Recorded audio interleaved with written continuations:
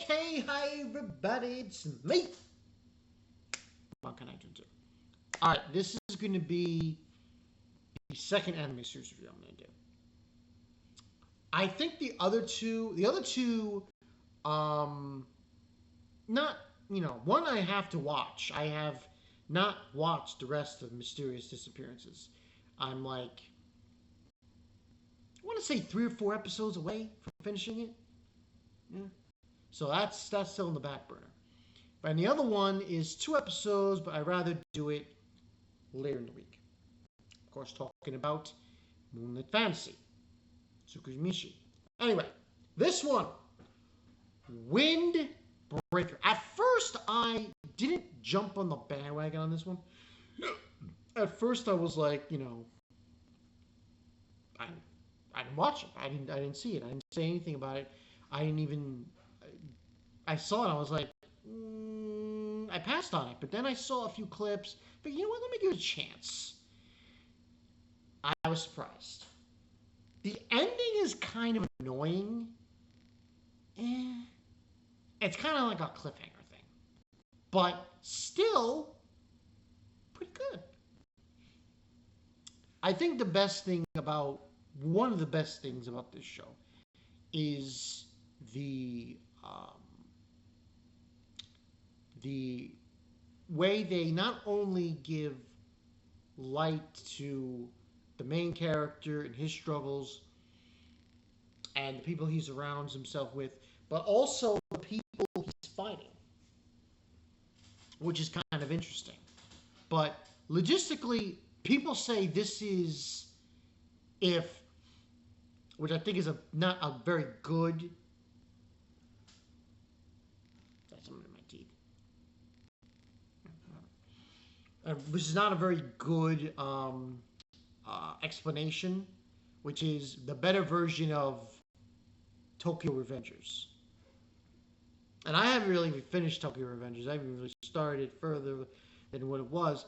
But this show is like if Tokyo Revengers didn't have a supernatural element in it.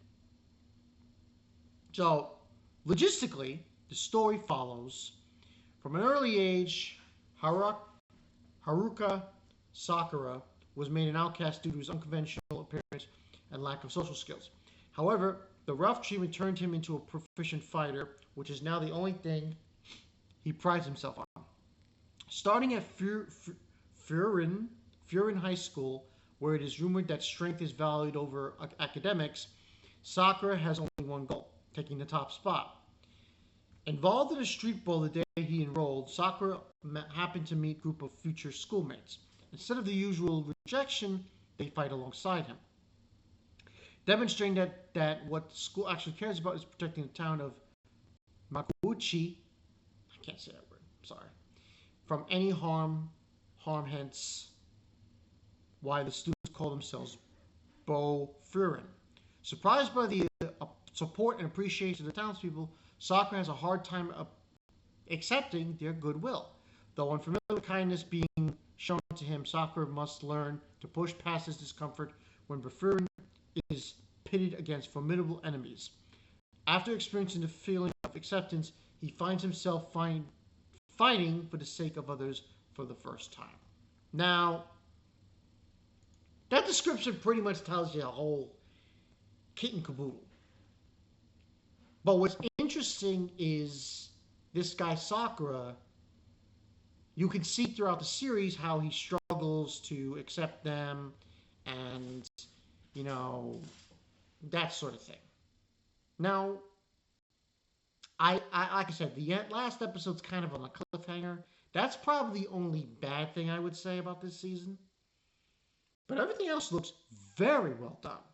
Especially when you get into like the middle area of the episodes of the season. Because then they go up against this other group. And I'm just so impressed how much they're giving characters time to explain their motivations, their goals, why they are where they are, by showing these flashbacks. These flashbacks that give character development. to these characters. And I thought it was very interesting how they did that. And as the series goes along, which is not very long, which is unfortunate, because if this was longer, I would be really appreciated. Because now it's only 13 episodes, and you're left, okay, all right. So overall, I would say I give this an 8.5 out of 10. It's good, but could be so much better. So I think if we get another season here, and I get to see more of this, I definitely would give it a higher rating. But it's just interesting to see, because they go up against this group of other people, this other group who's across the way from the town, on the other side of the tracks, basically, and you get real insight on these. The one who's the main command of this group, and the second in command. You get full flashbacks of these guys. And I was like, yo, this is good shit. And, obviously it's them fighting and everything and so on and so forth. But still, it's very entertaining and very interesting. And it's such a breath of fresh air compared to all the other stuff we've been getting from the spring. But I really do like Sakura because it's like he struggles because of his past, throughout the series, and eventually, little by little, he starts to get better. He starts to improve himself, and this is one character who he eventually bumps into in the beginning of the series, which is what's this woman's name?